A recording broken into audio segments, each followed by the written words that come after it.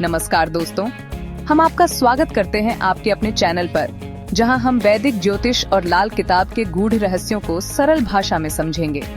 आज हम एक बहुत ही रोचक विषय पर चर्चा करने जा रहे हैं, विदेश में बसने के योग और इसके प्रभावी ज्योतिषीय उपाय। अगर आप विदेश में जाकर अपना करियर बनाना चाहते हैं या स्थायी रूप से बसना चाहते हैं, तो इस वीडियो को अंत तक जरूर देखें, क्योंकि आज हम जानेंगे कि आपकी कुंडली क्या कहती है आपके विदेश जाने के बारे में। दोस्तों, ज्योतिष शास्त्र के अनुसार हमारी कुंडली में कुछ खास योग होते हैं जो ये बताते हैं कि हमारे लिए विदेश यात्रा और वहां बसने के कितने आसार हैं। ये योग ग्रहों की स्थिति, भावों के स्वामी और उनकी दशा अंतर्दशा पर निर्भर करते हैं। विदेश यात्रा और बसने के लिए तीसरा, चौथा, 9वां और 12वां भाव सबसे महत्वपूर्ण माने जाते हैं। अगर आपकी कुंडली में राहु, केतु, शनि या चंद्रमा की दशा अंतर्दशा चल रही है, तो विदेश जाने के योग और भी प्रबल हो जाते हैं।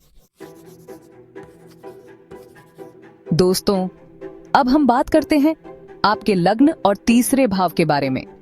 लग्न यानी आपकी जन्म कुंडली का पहला भाव, जो आपकी पूरी व्यक्तित्व को दर्शाता है।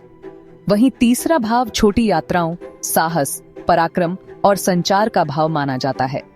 अगर आपका तीसरा भाव मजबूत है और उसमें शुभ ग्रहों का प्रभाव है, तो समझ लीजिए कि आपको जिंदगी में घूमने फिरने के बहुत से मौके मिलेंगे। अगर आपके तीसरे भाव पर राहु, शनि या बुध की दृष्टि हो, तो विदेश यात्रा के योग और भी प्रबल हो जाते हैं। तो दोस्तों, अगर आपकी कुंडली में ये योग बन रहे हैं, तो समझ लीजिए कि किस्मत आपको विदेश की सैर कराने के लिए बेकरार है। दोस्तों, अब हम बात करते हैं आपके चतुर्थ भाव की, जो कि आपके सुख, स्थान परिवर्तन और मातृभूमि का भाव माना जाता है। अगर आपका चौथा भाव कमजोर है, तो इसका मतलब है कि आपको अपने जन्म स्थान से दूर जाना पड़ सकता है। अगर आपके चौथे भाव पर राहु, केतु या शनि का प्रभाव हो, तो समझ लीजिए कि आपकी विदेश जाने की प्रबल संभावना है।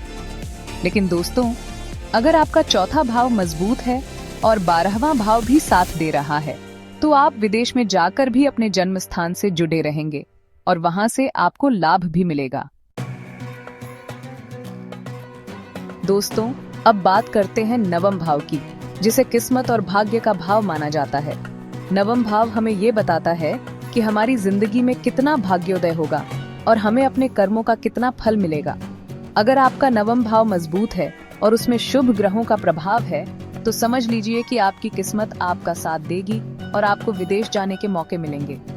अगर नवम भाव में गुरु या शुक्र जैसे शुभ ग्रह विराजमान हो, तो व्यक्ति को विदेश में जाकर काफी मान सम्मान और सफलता प्राप्त होती है।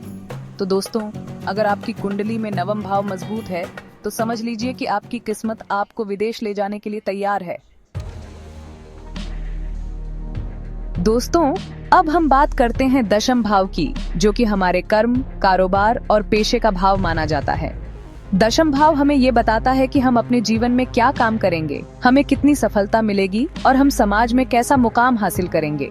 अगर आपका दशम भाव मजबूत है और उसका संबंध छठे, 9वें या 12वें भाव से है, तो समझ लीजिए कि आपको अपने करियर के लिए विदेश जाने के मौके मिलेंगे। अगर दशमेश यानी 10वें घर का स्वामी छठे, 9वें या 12वें भाव में स्थित हो, तो यह योग और भी प्रबल हो जाता है।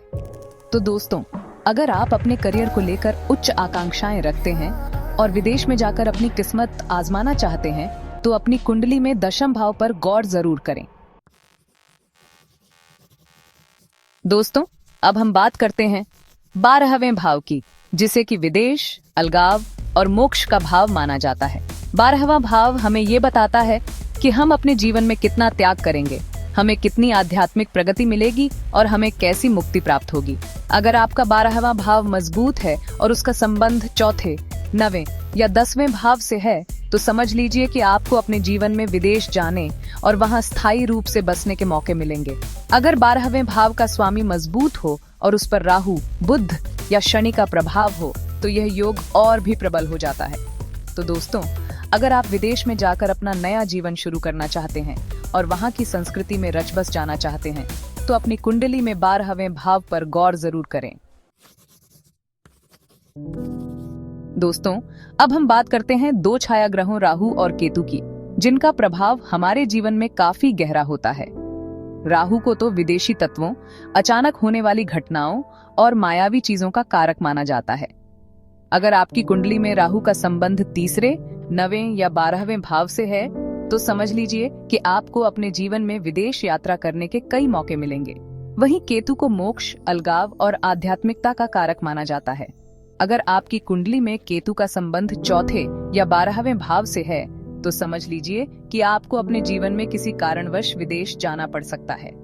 लेकिन दोस्तों, यहाँ एक बात ध्यान रखने वाली है कि राहु और केतु का प्रभाव अशुभ भी हो सकता है। अगर ये ग्रह अशुभ स्थिति में हो तो व्यक्ति को विदेश में जाकर कई तरह की परेशानियों का सामना करना पड़ सकता है। दोस्तों, जैसा कि आप जानते हैं, ज्योतिष शास्त्र में हर समस्या का समाधान मौजूद है। अगर आपकी कुंडली में विदेश जाने के योग कमजोर हैं, तो आप चिंता मत करें। कुछ उपायों को अपनाकर आप अपनी किस्मत को बदल सकते हैं। गुरुवार का दिन भगवान विष्णु को समर्पित है और गुरु ग्रह को विद्या, ज्ञान और यात्रा का कारक माना जाता है। अगर आपकी कुंडली में 9वां या 12वां भाव कमजोर है तो आपको हर गुरुवार को पीली चीजों का दान करना चाहिए। आप किसी जरूरतमंद को पीले वस्त्र, चना दाल, हल्दी, गुड़, केसर या सोना दान कर सकते हैं। दोस्तों, ज्योतिष में चांदी को चंद्रमा का कारक माना जाता है और चंद्रमा हमारे मन, मातृत्व और यात्रा का प्रतिनिधित्व करता है। अगर आपकी कुंडली में चंद्रमा कमजोर है या फिर राहु केतु का प्रभाव है तो आपको हमेशा चांदी की चम्मच या सिक्का अपने पास रखना चाहिए। चांदी राहु और शनि के बुरे प्रभाव को कम करती है और चंद्रमा को बलवान बनाती है। आप चांदी की चम्मच अपने पर्स में रख सकते हैं या फिर चांदी का कड़ा भी पहन सकते हैं। ऐसा करने से आपका मन शांत रहेगा, यात्रा में सुरक्षा मिलेगी और विदेश जाने में आने वाली बाधाएं दूर होंगी। दोस्तों, शनिवार का दिन शनिदेव को समर्पित है और शनि ग्रह को कर्म, न्याय और विदेश यात्रा का कारक माना जाता है। अगर आपकी कुंडली में शनि अशुभ स्थिति में है या फिर वह आपके चौथे, 8वें या 12वें भाव को प्रभावित कर रहा है तो आपको हर शनिवार को सरसों के तेल का दान करना चाहिए। आप किसी मंदिर में शनिदेव को तेल चढ़ा सकते हैं या फिर किसी जरूरतमंद को सरसों का तेल दान कर सकते हैं। ऐसा करने से शनिदेव प्रसन्न होते हैं और आपके विदेश जाने के रास्ते में आने वाली बाधाओं को दूर करते हैं। दोस्तों, नारियल को ज्योतिष में एक पवित्र फल माना जाता है और इसे भगवान को अर्पित किया जाता है। नारियल जल में प्रवाहित करने से हमारे पाप धुलते हैं और हमें मन की शांति मिलती है। अगर आप विदेश जाने की इच्छा रखते हैं और आपके रास्ते में बाधाएं आ रही हैं, तो आपको हर शनिवार या अमावस्या को एक नारियल जल में प्रवाहित करना चाहिए। नारियल प्रवाहित करते समय आपको अपनी इच्छा भगवान से कहनी चाहिए और उनसे अपनी मनोकामना पूर्ति के लिए प्रार्थना करनी चाहिए। ऐसा करने से राहु का नकारात्मक प्रभाव कम होता है, मन से डर दूर होता है और विदेश यात्रा के योग बलवान होते हैं। दोस्तों, गंगाजल को हिंदू धर्म में सबसे पवित्र जल माना जाता है। ऐसी मान्यता है कि गंगाजल में स्नान करने से हमारे सभी पाप धुल जाते हैं और हमें मोक्ष की प्राप्ति होती है। गंगाजल में इतनी शक्ति है कि यह नकारात्मक ऊर्जा को दूर कर सकता है और सकारात्मक ऊर्जा का संचार कर सकता है। अगर आप विदेश जाने की योजना बना रहे हैं और चाहते हैं कि आपकी यात्रा सफल हो, तो आपको गंगाजल का प्रयोग जरूर करना चाहिए। आप अपने घर के उत्तर पूर्व कोने में गंगाजल रख सकते हैं। इससे घर में सकारात्मक ऊर्जा का वास होगा और विदेश यात्रा की बाधाएं दूर होंगी। तो दोस्तों, अगर आप विदेश में बसने की योजना बना रहे हैं तो अपनी कुंडली का सही विश्लेषण करवाएं और इन उपायों को अपनाएं। याद रखें दोस्तों, किस्मत भी उन्हीं का साथ देती है जो मेहनत करते हैं। अगर आपको ये वीडियो पसंद आया हो तो इसे लाइक करें, शेयर करें और हमारे चैनल को सब्सक्राइब करें। और हाँ, कमेंट में जरूर बताएं कि आपको ये जानकारी कैसी लगी और आप किस विषय पर हमसे जानना चाहते हैं। अगर आप अपनी कुंडली का व्यक्तिगत विश्लेषण करवाना चाहते हैं तो हमें कॉल करें। अगले वीडियो में फिर मिलते हैं एक नए विषय के साथ। धन्यवाद। जय श्री राम।